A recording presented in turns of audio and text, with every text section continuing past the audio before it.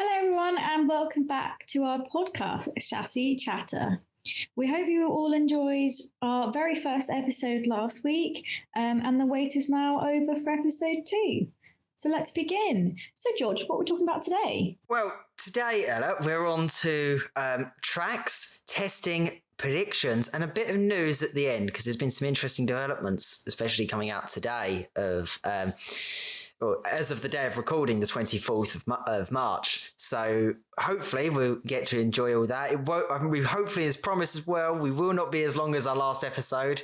We're going through, we're really glad. We've got a lot of followers. We've got a bit of traction going on it, and it's really good to see. So I hope you enjoy us two rambling. And without further ado, let's get into what we got planned today. We're going to start off with tracks. So we've each picked out our favourite and least favourite of the tracks of this upcoming season. Last week we were pretty much in sync with each other, but I don't know if we are this week. So we're going to start off with our least favourite tracks this year and maybe why. Would you like to go first, George? Hot take here. Well, not so much hot take in the first one, Abu Dhabi. That's, I think, one of the worst tracks going, mainly because just how boring that track is. There is no overtaking. There is no action. You watch, essentially, personally, what I do with Abu Dhabi is I see how the qualifying goes. I watch Q3, Q2 and Q1. I go through. I enjoy watching who can put the Mercedes around the quickest. And then I don't bother watching the race normally because I find it so boring. Bearing in mind, last year there was it got a little bit more exciting, but personally, it's one of them tracks where either do something new with it or get rid of it. That's where I sit pretty plainly on that. I don't know if you want to do your. Do you want me to continue going through my list, or? Because my first is the same as you. I agree with you because it's just dull. Last year, Max was on pole, but he won it from pole. Was I surprised by that? No, because it's a bit of a parade, and it's not a track to finish on. There are much more exciting tracks. I never hope that the title ever gets to Abu Dhabi, because if there's the title decider is at Abu Dhabi, it's completely pulling the excitement from watching a Grand Prix. Because as you say, it's a parade. It's glorified of who goes around the track, and that's about it. That's all that ever happens. But they could do something exciting with it. Like, they really could. I mean, there's a lot of money there. They could. Yes, well, all that I think needs to be done is a couple of changes to the layout to make overtaking more viable and the DRS zones much more efficient in the fact of, because they'll put the DRS on and it's just there's nothing gets done, right? So I think that add a couple of more wider corners in, get and shorten straight slightly and give us something a bit more where it doesn't seem like we're going through later that there is tracks that have exciting points that allow overtaking and are actually really quite creative about it. But it seems here is, I don't know, it's when you describe, I think, to a non-F1 fan what F1 is, and they just say it's cars going around in a circle. They've probably watched scenes from the Abu Dhabi Grand Prix. I think that sums it up. Shall we go on to our second? Yes. Right. Do you want me to be controversial? Go on. Monaco. I knew you were going to say that. Monaco is, I know it's tradition, it's great for like the history of it, but I find it tough to watch Monaco, knowing that for the same reason that we have in Abu Dhabi, that nothing really happens. The most exciting part, I think, actually, I'll take back of Monaco is instead of going around the chicane after they come out the tunnel, they go straight over it. That's probably the most excitement that you get in Monaco. Like that's the only time. Like, oh, they haven't braked. They're going straight over this. It seems, and like that's about I can say about Monaco. I know it's the history of home of the Grand Prix and things like that. That it's most iconic with the idea of it, but I don't know. It's a tough watch. Like the excitement is just not there for me. I am with you, but I'm more it's the history. And it's beautiful. Like it is, but I do agree they could do something else with it. Yeah, I understand street circuit, they're going to keep it as it is, but I think the biggest thing of Monaco is, what was it, 2006? Kimi didn't finish, and he just climbed out of his car, jumped over the barrier, and got on his yacht and drank beer for the rest of the afternoon. Like, I think that just, like, I don't know, you got to be into, I don't know, into the idea that this is the one race that everyone is really quite nostalgic about. But for me, I'd rather go to Spa.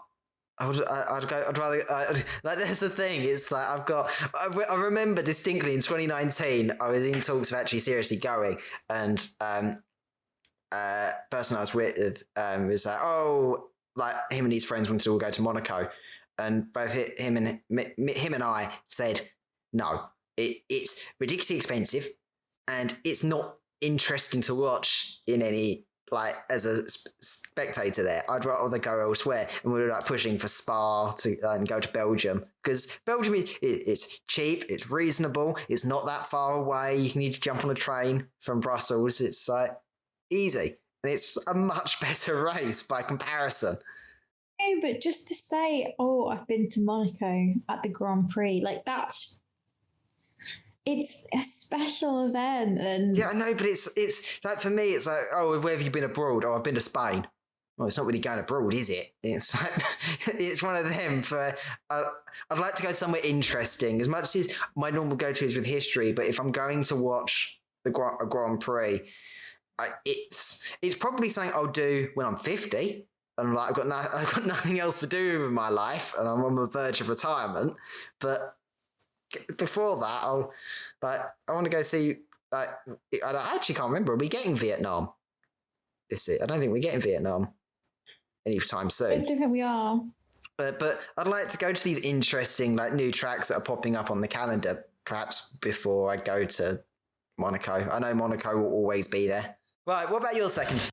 Mine is Russia. Oh, okay. Explain. I'm not a fan of Russia.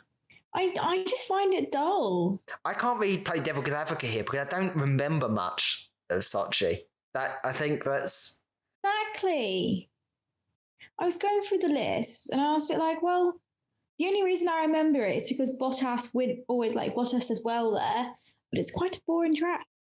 No one can remember it. It's not outstanding in your memory. No, I agree. I don't quite... yeah, I don't have any big memories of Sochi. I can't even...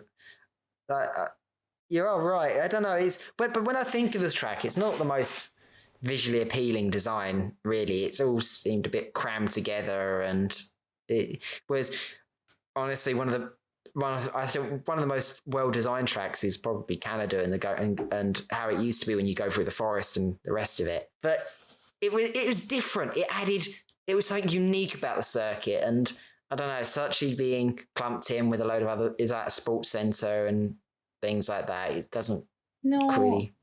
The only person who likes it is Bottas. Yeah, sadly, it's the only place. I think that's enough said. Well, I'll go to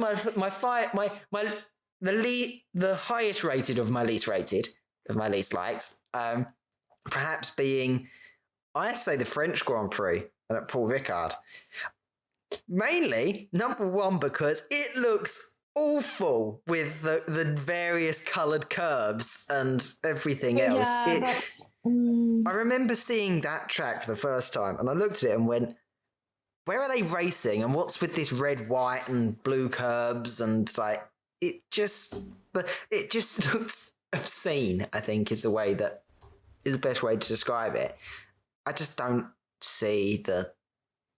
It's one of them again. I don't have fond memories of remembering what happened at Paul Ricard often. I just remembered there was so many different routes that they could take. I just remembered the blue. Oh, it was just ugly, and I hated it. So I do agree with you on that.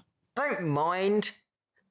Like Sector 1 and Sector 2 are mostly straights with a couple of like Sector 1's got a couple of corners sprinkled in. Sector 2 is just near enough the straight and the chicane at the end. And then I think that's where it gets interesting again in Sector 3, but it's one of them where I just don't. I think it's it gets to that period in the calendar that I was just started to watch Grand Prix for watching them. And it was at that point where I think Paul Ricard's one that I won't actively watch it. I'll have it on and I'll be doing something else sometimes. Shall I go on to mine? Yes, go ahead. What was your third then? Australia. Oh, you must be happy it's not the opener then. It's a dull track. Again, mine are all really dull. Quite often, I don't really watch it. Well, because it's early in the morning, but it's not one that I would get up for. There are some other ones that, in first year when we lived together, we would get up early and watch these tracks, but we would never for Australia. This is the thing. I distinctly remember in 2019 the build up and Ricciardo's excitement of getting to at Renault. I think it was his 19 was his first time at Renault, and is it 19? Ricciardo's opening. Did he leave Red Bull? But yeah, it was 19. Yeah, it was about that time. So it was his opening, and it was that they had this huge PR for him about the Australians, he's how he's going to do and things like that. And I distinctly remember his PR. I'm more excited the season started normally than what they're actually racing at Melbourne. Yeah. I think there are other tracks that they can go to that are better. Yeah. And a nice opening, getting used to the car again and getting used to racing. Yeah. I think there are nicer easing into tracks. Yeah. It's one of them where you. I also get why they have to race in Melbourne to fulfill they have to race in certain continents. Logistically, it makes sense to get Australia out early. If perhaps Vietnam's on the calendar, it changes the aspect of do you Japan, Vietnam? Do you do Russia, Japan, Vietnam, Australia, based on the logistics? Yeah, it's a lot later in the season. The calendar is still completely mucked, isn't it? From we're still in this COVID era. As much as hopefully we will be able to go to a Silverstone Grand Prix by July, when we're near the end of July. It's normally hosted here, but it's depending on various countries. I think Australia wants it as late as possible. And I think that's what happened. It's as much as, but you were talking. I know we were talking before we started recording about how, especially last year where they were going into Australia, everyone was considered they were going to be racing that weekend. That everyone was fine, and it was that last minute decision on the Friday that just before that you actually see just getting out there and testing on the track and the early times that we just saw that it's really not. It just wasn't feasible in the end. But hopefully we'll get a lot more racing this year and people can be there. Yes, hopefully. I don't know. It's just not the same, is it? Without fans. You're not. No. I know you don't hear the excitement the fans often when you're in the cars, but it's knowing that someone's there and they're not just racing for a couple of cameras and everything else. It feels like when you've got the fans there, you feel like you got something at stake. Should we go on to our favourite tracks now? Yes. Well, I'll let you go first. I've gone first for my least favourite. You can open up. Well, I'll start with my third favourite, which is Mexico. Oh, really? Okay. Why's that? It was a toss-up because I quite like It was between Canada, USA, and Mexico. Like USA is a bit of a weird one, but I just like the atmosphere, and the same with Mexico. I think they have a good atmosphere. The crowd's there. Yeah. I don't know. Mexico, it's a bit of a rogue one, but I just like it. Yeah, I don't know. I just do. Like, it's one of them where I don't often think of the Mexican Grand Prix, if I'm honest. I know. I'm trying to find the results from last year. Pretty much trying to refresh my memory slightly, but I'm pretty sure. Oh no, it weren't last year. Sorry, 2019. Before, yeah. I feel like I've lost a year, or we all have. And because in my head I was like, I remember more about that race as the press Checo was getting. Oh, it's his home Grand Prix. How's he going to do? And home fans. But I really like the bit where they got the fans in and they're driving through the fans, like that whole that whole spectacular that made the track unique. And I don't know. I agree with you. I would consider it a good track. It's not quite in my top three. So my top three, we've gone slightly different. What's your third favourite? I've put Japan for Suzuka, because I just love that third sector, like the whole hill bit and the bridge and everything else. Like, it's one of them where when you ask the drivers have had interviews, say what sectors would you take to have your perfect racetrack, and they say sector 3 of Japanese Grand Prix, and it's one of them where, and it's hard. It is a hard one to like watch because of the timing, but I've always just enjoyed it. It just seems that final bit, and it gets and going into that third sector, it's all a bit nitty gritty, and it's real. It feels like real racing, and yeah, it's one of them where I know you really shouldn't say a track, but it's just that final bit for me is like, that's perfect, and that's what really knocked it out of the park to get it into that top 3 spot. It's not that memorable to me. I was going to say that originally about Mexico. I had to jog my memory with Mexico. That's the same with me for Japan. Well, each to their own, I suppose, but I still think Japan's better than Mexico. Agreed to disagree. I suppose so. I'm going to move on to my second favourite, which is Zandvoort. I know technically we're not racing there. We haven't raced there yet, but what I've seen of the track and bits and bobs that Red Bull have done on the track, it looks really exciting. And I think, as it's a home race for Max, I think it will be like Italy is for Ferrari. I think it will be, the atmosphere will be one that you cannot miss. Hopefully they get the fans in, but eventually it will be like that. Yeah, no, I agree. I think that it's going to be, it'll be a bit weird for Red Bull because they'll kind of have like a couple of home races, won't they? Like the Austrian Grand Prix is like home race for them. They'll have this Dutch one, mainly because Max has been there for so long.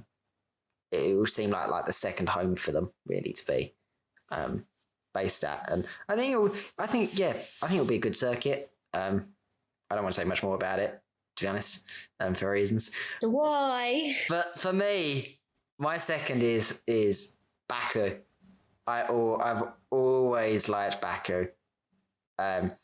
It's whenever I've sat and watched it, I found it's nitty gritty. It's street racing. It's some beautiful tight corners around the historic city, and like the bits where they're going around the fortifications and things like that, and it's getting tight. And the amount of times I've seen like they're going wheel to wheel into that corner, thinking one of them are going to put it in the wall here, and it's just enjoyable racing, especially the days of I think Ericsson hit me when Grosjean put it in the wall from. Oh my God, yeah, Baku's always interesting. Yeah, like it's one of them. It's like, because I remember the days of like Lewis and Vettel bumping into each other while under safety cars deliberately. Oh, he's brake testing me. I'm going to go into the side of him.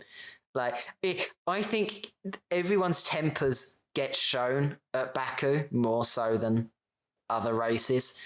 And I've always it mixes up the season a bit more.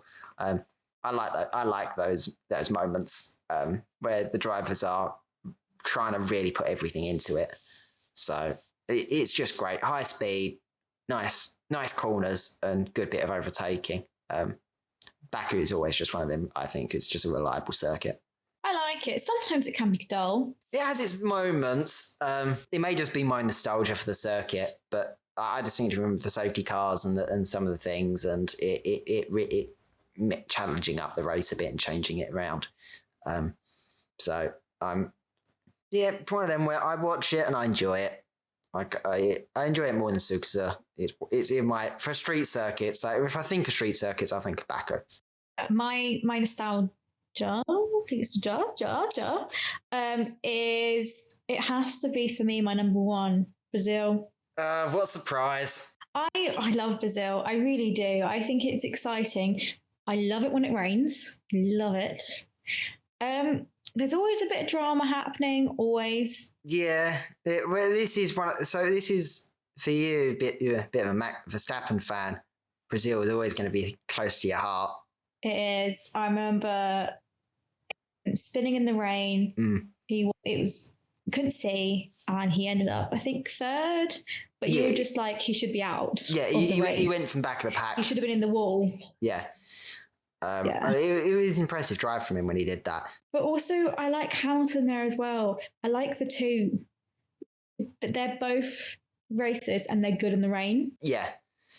This thing, Brazil offers that opportunity to actually have rain because we don't see enough of it.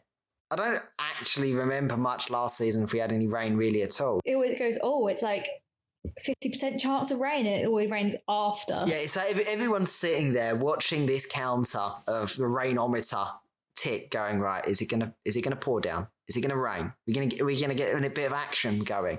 And I think that's like the Brazil often delivers on that enough all the time that we see the rain, we see the drivers having to adapt, and you tell who is a good driver and who is a skilled, excellent driver.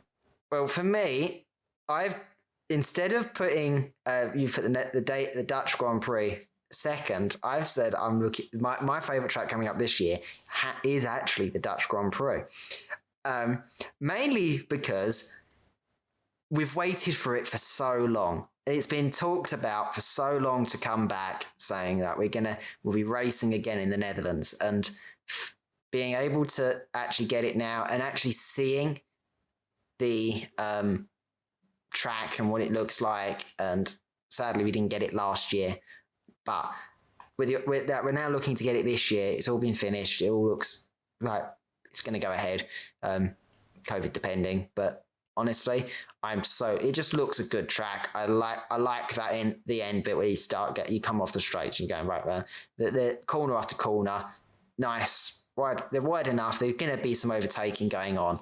Like it doesn't seem very restrictive like you see at Abu Dhabi or Monaco and things like that. But these are, well, I can't really compare it with Monaco. I'll compare it with Abu Dhabi. At least the track is open to racing instead of a parade. Yeah. I agree with all that. Yeah, no, I think I'm really excited to see what will be produced here. And as you say, like Matt, this is going to be filled with the crowds are going to be covered in orange flags everywhere, like that. Wherever you look, the whole grandstand's just going to be orange. Like it's going to be a Max Verstappen Grand Prix, and we hope that I hope he performs there well. Any race that he denies from Hamilton, brilliant, fine by me. I'll support him all the way. So it's, I just think it's just a new track on the calendar. It's why I was looking at the days when we were still thinking about having Miami in the discussions about the Miami track.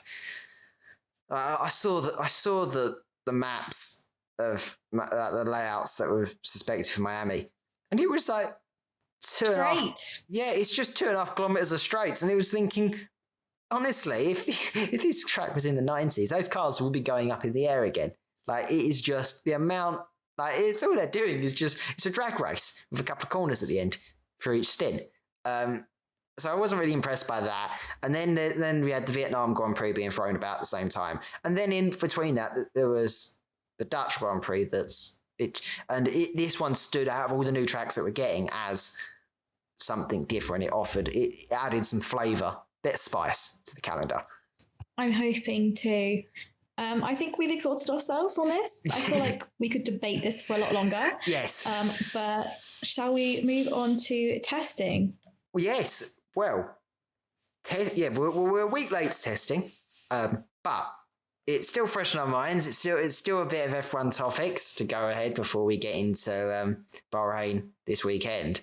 So, Ella, what did you get out of testing then? What did you see? Well, Red Bull looked good. I thought Perez was still struggling a bit, but that they were decent. Like, they were obviously one of the fastest of testing, but do people really show the full extent of it? Also feel like Mercedes had issues and problems that made Red Bull look better, because it's usually them that are spinning, and Mercedes are usually steady, like a steady rock. But it was Mercedes this year that were a bit, and I know both Hamilton and Bottas have both said that they aren't a fan of the car this year, because I think they were saying like the back sort of like bites at them and they were fighting with the car. But are they just doing that so people think that, that they're not as good? And, last week I was making the jokes that they sandbagged the car, and I still think they've sandbagged the car to a point. But yeah, like the Mercedes spinning is really not like them. Like, as much as I don't like, I'm like not a big Mercedes fan, but you can't deny Lewis is a good driver. And there's the troubles he was having in testing, he shouldn't have been having. If you look at his testing performances in the last seasons prior, but this doesn't happen. And especially when there was like you start to see there's gearbox issues as well they were facing, and at the end of it, they set the least laps. It wasn't a good testing for them this season. And like, if we're going to stick with that, the front of the pack, I agree. Red Bull looking good. Like what you say, Perez did struggle a bit as well. I recognise that, but I think it's a new style of driving for him to get used to. Like what we were saying last week, he needs to get that flow, and once he gets that flow, I think he'll be delivering some good results for Red Bull. But in general, Honda engines, they're starting to look good again. From what that's the thing. They look more reliable than they've ever done, and they seem to be performing good speed and everything else. Like day one testing, Max is leading. Day two, I don't think they run too much, but then again, day three is back there again. They were second quickest on day two. Yeah. And Honda, Max was first, and Shinoda was second. For them, it's really looking up, I think. Like I think that's I think that's a good telling of, like, we know what the front of the pack's going to be like. Red Bull were going to, while Mercedes did, I argue, sandbag that car, I still think at the end of the day, the Red Bull are going to be a lot more challenging than they were last year. Now that arguably have two competent drivers, hopefully being able to really challenge the two Mercedes drivers. I'll take us into the mid-pit field a bit. I think McLaren, with that new Mercedes engine, is looking good. It looked really good. Like, they were second on first day, fourth on the second day, second on the first day, and day three they were seventh. But they looked good and strong. Yeah, no, I think McLaren are looking good. It does show though how hard it has been to get that engine in that car. That was a Renault chassis designed for a Renault engine to put a Mercedes engine in. But it's a strong start for them, and I think it can only really get better for McLaren. McLaren is one of them. I think it's going to be at the middle of the midfield. Like it's going to be challenging at times. I don't know how we say Ferrari really isn't from the pack anymore. It's in the midfield. But I think it will easily be overtaking the Ferraris and really putting the challenge to either Mercedes or Red Bull at times for certain tracks. I think they're in a position where they can get podiums. The car is good enough. It'll be interesting to see what Aston Martin do, because I feel like they're probably the next closest. Yeah. Was Alpine? I don't know. They seem to think they were, but they're slow. I think they are. No, they've admitted they're slow this week. They know that they're not. They're really struggling. And it's the thing. I know it. What my take about Alpine at testing was they have Alonso. They know it's a secure driver. He knows what he's doing. He's going to get his head down. He's just going to drive. Interesting though, that engine cover is a bit big. That the car is a bit bigger. It's a bit bulkier. So interesting to see how if that plays any factor in.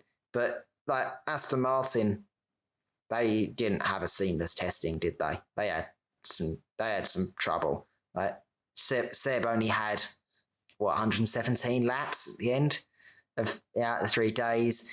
He couldn't partake in day 2. His gearbox blew up. Like, we know the car hopefully the car's quick, but I feel really sorry. He's jumped out of Ferrari. He's going to jump in a Aston Martin now, and he's not done much time with it. And it's those practice sessions at Bahrain are going to be really important, because that's going to be him learning the car. Also, he does come with experience. Yeah, he knows how to drive, but it is still a different car to what he's driven in the last. How many seasons has he been at Ferrari? 6.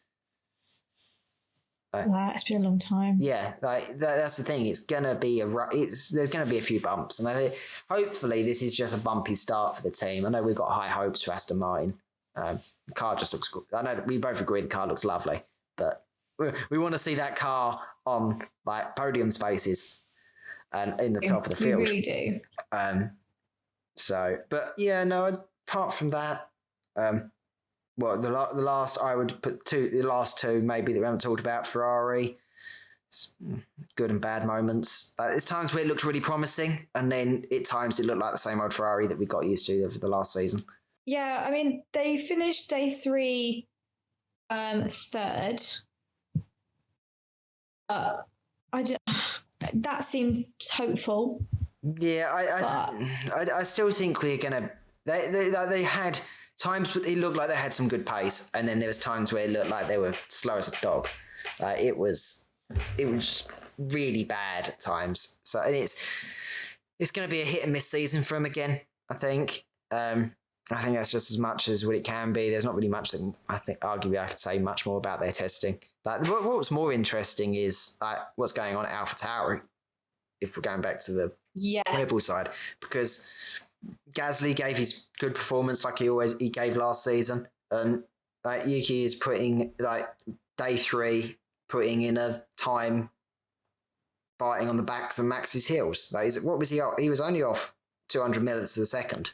Like he was close. The team is going to deliver comfortably in the midfield, I think. Like, and there'll be times when a couple of podiums. And they'll bring it to like Aston Martin and McLaren. I hope they're fighting for podiums, and I would love an all Red Bull, all Honda podium again. Well, I've got as a McLaren fan, I've got some bad memories about Honda. So it'll be nice for Honda. Yes. Everything that's happened to them. Yeah, definitely. It'll be nice. What was your take on the back of the packet testing then? Well, originally we thought, well, not originally, but in the past it's been Williams and everyone else has at least had a chance to fight for the midfield. But at the moment there's 3 teams that are at the back. And they are Williams, which I think Williams is probably one of the stronger ones. Then there's Alfa Romeo and Haas. I think Haas are going to be at the back. Well, Haas, it's not good for them because Gunther's even admitted that they've all but given up. Like, there is going to be no development on that car at all. There is no development going forward.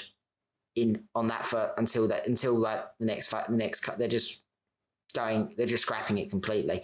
Either probably because they don't have the money, or they don't have access. They don't see any point in doing it. I'm pretty sure they just arguably they may just run that car this entire season, not do anything with it. As much as like That's a mistake. You need you need money for next season. Why not try to make it sort of better so you get more than you're trying to get something out of it. Yeah. No, this is the problem. This is what I'm concerned about. Like Haas with that statement, and then if we're gonna give credit to Mick Schumacher as a driver, but they're two rookies at the wheel of this car. Like the other rookie, I'd rather not see driving the car at all. But I don't know. I feel bad for them, and I think for the first time, Williams are going to be racing someone. So it would be good to see what they're going to do. I still, as much as credit, I'd like to give Williams a bit of credit and things like that. But Williams are going to be Williams, and I think they've finally got someone to race against. But Alfa Romeo, I just think they'll be there. They'll be at the races, but they'll struggle to keep. I think they don't quite have the pace that the back of the midfield does have. So they're going to be trailing, I think. So Williams may even have a few fights with them more often. With any luck, we'll see this. Finally, Friday, we'll see some practice sessions. We see some qualifying Saturday and Sunday, and Sunday afternoon we can enjoy the Bahrain Grand Prix. Leads us nicely into our predictions for the 2021 F1 season. First, we'll be diving deeper into what we think about the drivers and which drivers stand out to us, and then we'll give you a top 5 probably of what we think, and then we'll probably predict the constructors. Yeah, we're not having a good day with our pronouncing our words today. Our pronunciation has been not on par. We'll fix that in post. I don't mind going first. I'll give a quick run through and where I think we're going really. Overall, constructors. We're gonna see just in general what happens. I think the big important thing that I quite like is how good that midfield is going to be. I still think at the end of the season, we're going to be looking at Red Bull, or it would be McLaren. Oh my God, I'm being my wording. Mercedes, Red Bull, McLaren is going to be my top 3 going ahead. I definitely think that they're going to be at the end of the constructors' top 3. I honestly think AlphaTauri will outdo Aston Martin and slot it take that into 4th. Aston Martin 5th.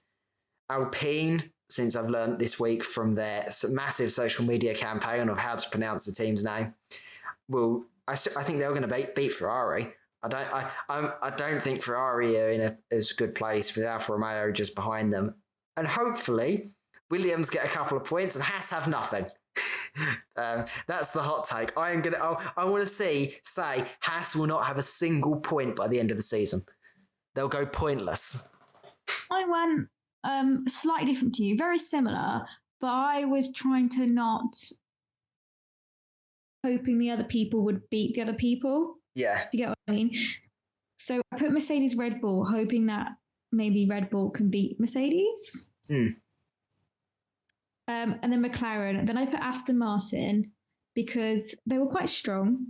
And I would like, my 5th is AlphaTauri just because I would like them to beat Aston Martin. So it was a bit of I don't want to jinx it. No. You're going to hedge your bets. You're going to hedge your bets and see how you feel. If I'm proven wrong, I'm fantastic. What's your fantasy F1 team? Have you got some AlphaTauri on there? I can't see yours because I'm not allowed to see them until next week. I do. I have pretty much AlphaTauri driver in each of my teams. Yeah. Well, hopefully, we'll see. As long as AlphaTauri don't beat McLaren, I'll be happy.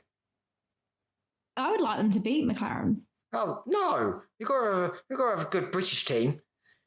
And then I put Ferrari, then Alpine, and then Alfa Romeo, Williams, because I would like to see them not finish last.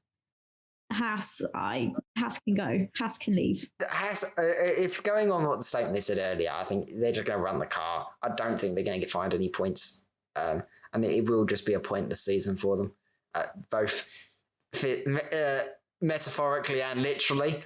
I think they're. I'd like to hope that they have a little bit more, but Williams not being last will be a nice little boost. I think for them to finally be able to beat someone in the constructors, it will go headways for them, for morale there over at the team. I know you wanted to talk about drivers. I've gone straight into constructors in my mind. So I think with the constructors, I still think it will be the same in general. Won't we? Will be. No, I hope it's not going to be the same. I would like some mixture and a bit more excitement. Yeah, well, I don't know. I'd like to say the excitement, but I just don't see it. I just don't see it. I just don't. Which is the sad reality. But we'll see. It's like the same when we talk about drivers. We're talking about our top 5 driver lineup, and both me and you, top 3 for us are exactly the same. Which kind of is why I say it's very much like last season in that regard. We've got, and I for my 4 and 5, I do think Ricciardo may outclass Norris, slightly. I think Norris might give it to him, and I think Norris is established in the team. People will expect less of him because he's coming in and he's got the pressure he has to perform, where Norris has already proven himself. So yeah, I know. I'd like to think Norris has had time there, but I don't know. I feel like as much as I think it'll be much like how Sainz and Norris worked there. Sainz would often find himself higher up in the field delivering that result, and I think Ricciardo will do the same. Not that I'm saying that Norris isn't an experienced or good driver. He is. He's proved himself unbelievably out of all the rookies. But with Ricciardo, I think he's just got that extra little racing edge that he's just grinded over 10 years to, and hopefully I think that will deliver some really good news over at McLaren, which I'm looking forward to it. I'm looking forward to seeing I remember the days when I was watching Formula One, not seeing a single McLaren on the broadcast and on the races, and now I'm seeing them all the time. It's brilliant. I love it. Like it's good to see a bit of change in that regard. But I think for drivers, Hamilton's going to get another title.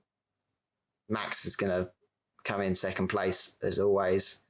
Well, not actually always. Bottas normally has second place, so I think Max third. But I think this time, if Mercedes are actually having these troubles that we're seeing in testing, I think that will be a bit of an opportunity for Red Bull to jump in and snipe that second place. I think so. See, you went for Norris as your 5th. I went for Gasly. Yeah. I think he could perform and get podiums. The AlphaTauri, I do think, and I think to the car, he's quick in it. Yeah, got the pressure like Perez has. Yeah, no, well, I think maybe. I think I think it's going to be really depending on that Grand Prix for AlphaTauri. I think I don't know if they'll be as reliable to deliver podiums that I think that McLaren may be, in my mind. But I think at the right Grand Prix in the right conditions, definitely, yeah, he's going to be a good pair of hands. And well, to be honest, I don't mind talking about Gasly here. Segues into our final part quite nicely when we talk about some F1 news. And because Gasly today has been the centre of a couple of reports and a couple of rumours, mainly about what is he going to be doing in 2022. And does he stay at AlphaTauri?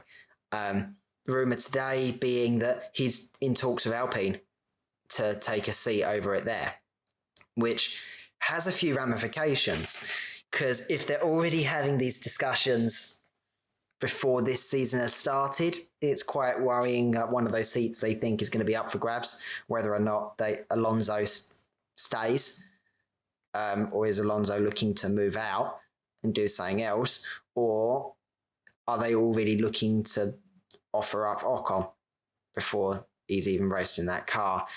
And I don't know. It seems really early to be having this conversation, because normally we don't see this taken on to a couple of months' time.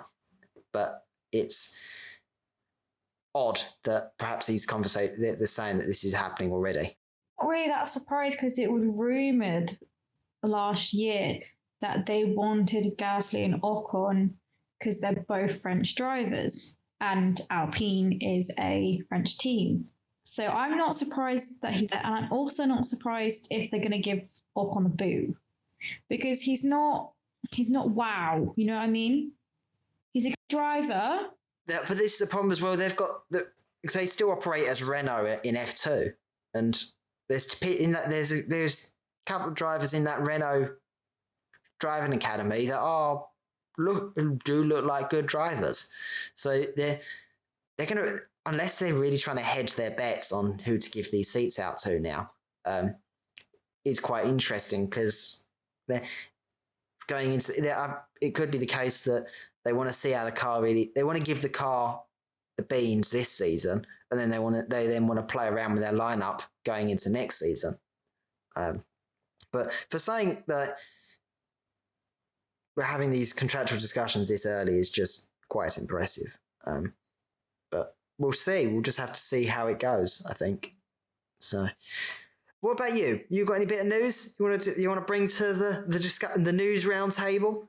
And out the other day, it was actually spoken about on Top Gear. Actually, they were showing off the new extreme like buggy car thing that they're going to do, and how they're going to, it's all electric, and how there's a new motorsport called Extreme E, and that Nico and Hamilton, and I think Alonso, and I know Jenson Button, they all have like a team or have links to it. And it doesn't surprise me about Hamilton, because it's promoting climate change. So they're going to like the Brazilian rainforest, they're going to glaciers, they're going to these places to promote climate change, and that it is feasible to do e-motorsports, really. So also they've put in a clause that it must be shared, the car must be shared by a man and a woman. Well, yeah, I think I remember seeing Hamilton announcing his team for this, and I don't know, I kind of didn't bat personally much of an eyelid. I don't know, I'm not really I don't follow extreme motorsports and things like that too much, but what's interesting is how much they're getting F1 drivers linked to this, or former F1 drivers linked to this project, and giving them like teams. And if they're going ahead with good causes with it.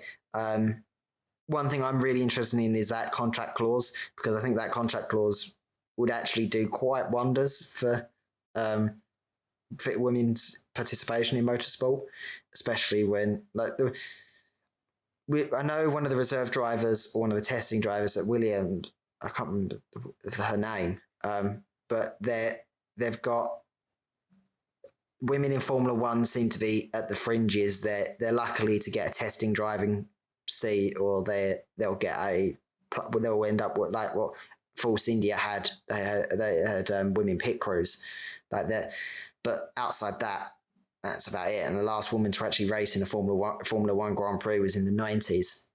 And there's nothing. It's just odd, isn't it? There's nothing stopping women, as in like the team's thing, but it's just that bias and how many women actually are getting involved. And it's good to see, like with Formula W, as much as I hate to see in sports where you can see that there is no differential between men and women, and in motorsport, that's what I see. I don't think there's a difference between how men and women drive the cars. I think they're both equally going to be decent drivers that should compete against each other.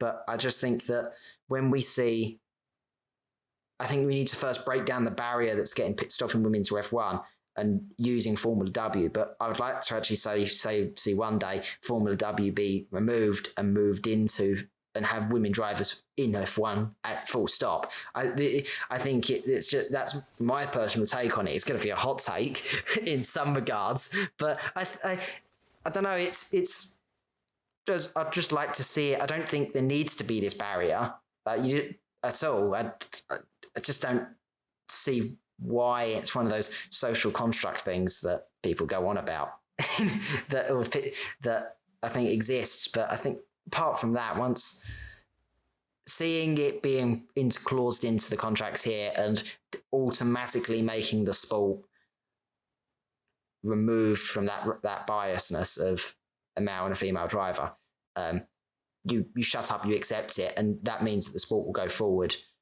without the issues and connotations it has of perhaps being a more male-dominated sport.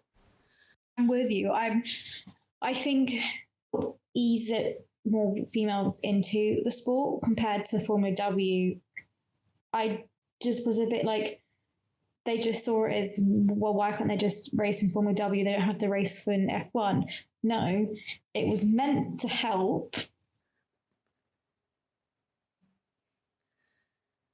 Yeah, what I am glad though is Formula W is now the support race and not F2.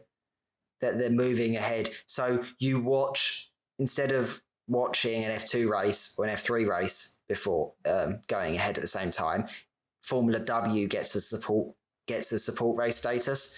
So it's automatically making, if you're sitting watching Sky Sports and you're watching Formula One, you put on the testing or qualifying early, you'll be watching a Formula W race, and it gets people thinking.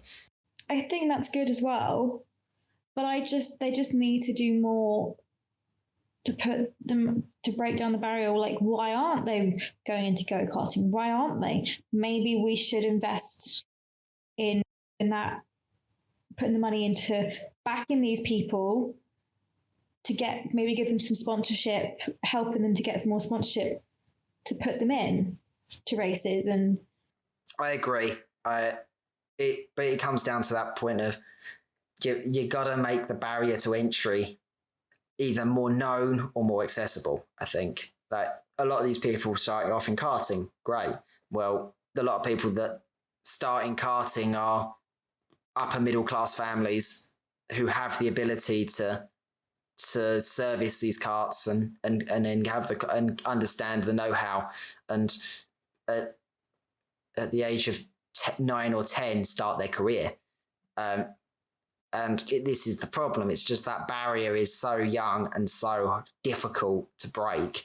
It needs perhaps more being done to make that more open to being open entry into the sport. I'm with you on that. But I do think Extreme E does pose all those questions and just try and help with the F1, giving them recognition and stuff like that. Shall we move on to our final thoughts? Yes, we can. Well, I don't mind. I can talk my prediction this week. Perhaps I said Bahrain. I think it'll be an interesting race. A lot of people, I think everyone's desperate to get back into normality in some way. So I think there'll be a couple of surprises. Maybe. I think there's going to be a bit of excitement, and we never know. We may see a Red Bull opening podium. Go on, give me your top three. Top three. Oh, I'm gonna hedge my bet on a Red Bull podium, and I think it'll be Max, Hamilton, and I think Bottas. What about you? What's your top three? Max, Hamilton, and I'm going to go. Do I go? I'm either a Mercedes. No, not Mercedes. I think Bottas might put in the wall or something. Do something stupid. I even a McLaren or a AlphaTauri, but I'm going to go Ricardo. Oh, okay. go and throw the curveball. Well, we'll have to remember these takes. And we'll have to we'll either say about how close we were or how stupid and foolish we were instead, believing that there'll be a little bit of change or a lot of change. We've covered quite a bit. We've gone through. I think we've done pretty well today. We've gone through tracks and testing, predictions, bit of news. Like we're more than happy as well to take some comments and things like that. Like people can. We've got a YouTube channel now started up. We're going to start uploading while we're doing most of the audio podcasts. You can also catch the audio over at YouTube and give us a couple of comments on there to give some suggestions. We're more than happy to take some. Be good to get a bit of activity going for people who are deciding to listen to us two randos talk about Formula One on the internet. But I think we'll have a really good weekend. And we'll catch everyone who's listening in next week's episode when we break down the results from the Bahrainian Grand Prix. Thank you very much, everyone. Thank you for listening. Thank you for listening. Thank you for listening.